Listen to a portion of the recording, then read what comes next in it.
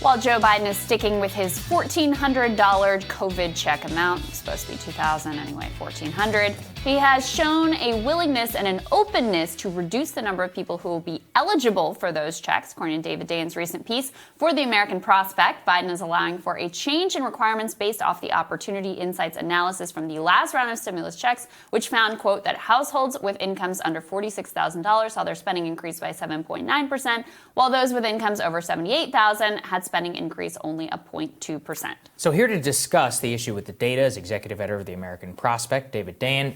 David, thanks for joining us. We really appreciate it. Of course. Thanks for having me.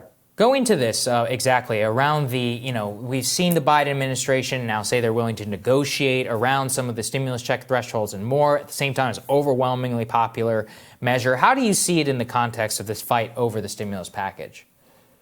Well, I mean, fortunately, the House, when they released their first version that's going to be marked up in committee, they included the same thresholds as were in the first two checks. And when Joe Biden was asked about this on Tuesday, he said he agreed with that. So this might be something where they entertained the possibility, but then moved on. And frankly, that would, if that comes to pass, that would be very much the right call. This Opportunity Insights paper that seems to be driving much of the debate is a one-page paper that is based on extremely imprecise data.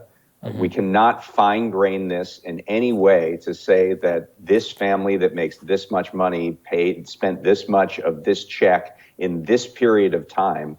That we do not have that level of data, and they don't, and they know that they don't.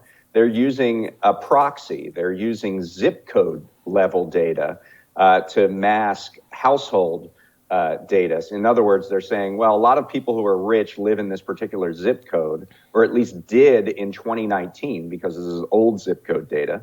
And so if credit cards linked to that zip code are spending more, then that constitutes that they're spending that check.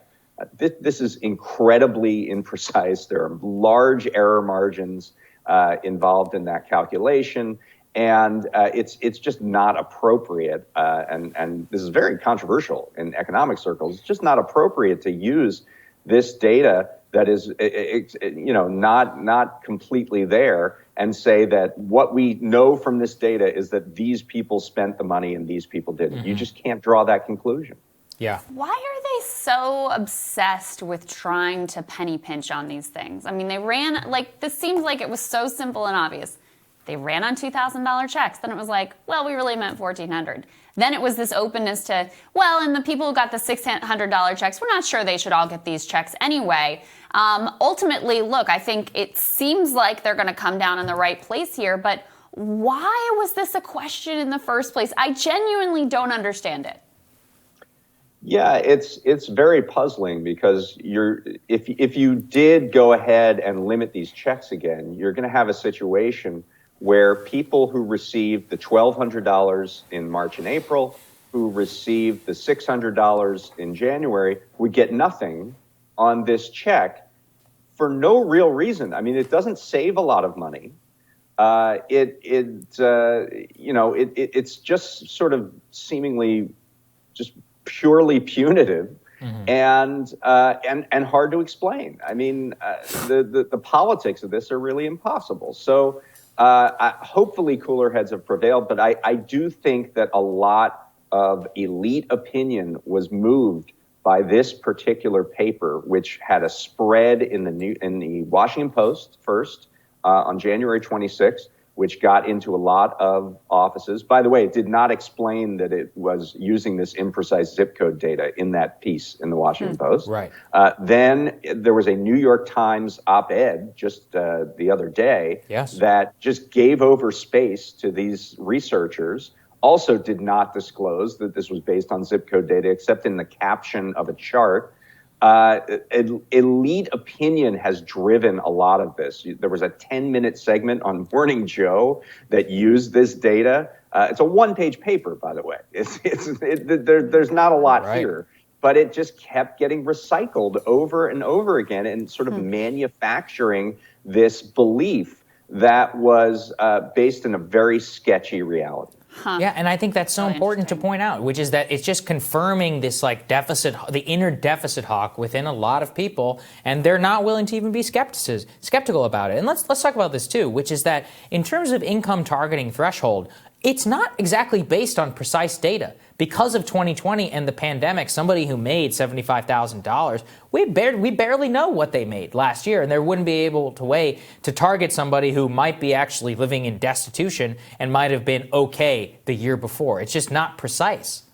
That's absolutely right. I mean, we don't have tax data. Tax season for 2020 has not started yet. So the only way you can get these checks out through the IRS is to base it on tax data. And that tax data is back to 2019. Now, if you had a loss of income, you can get the check, but you have to do it through your tax return. You have to remember what form to do, and it's a tax on your time. And it's just, it's very, very, protracted, and you won't get it right away. You'll get it in your tax refund.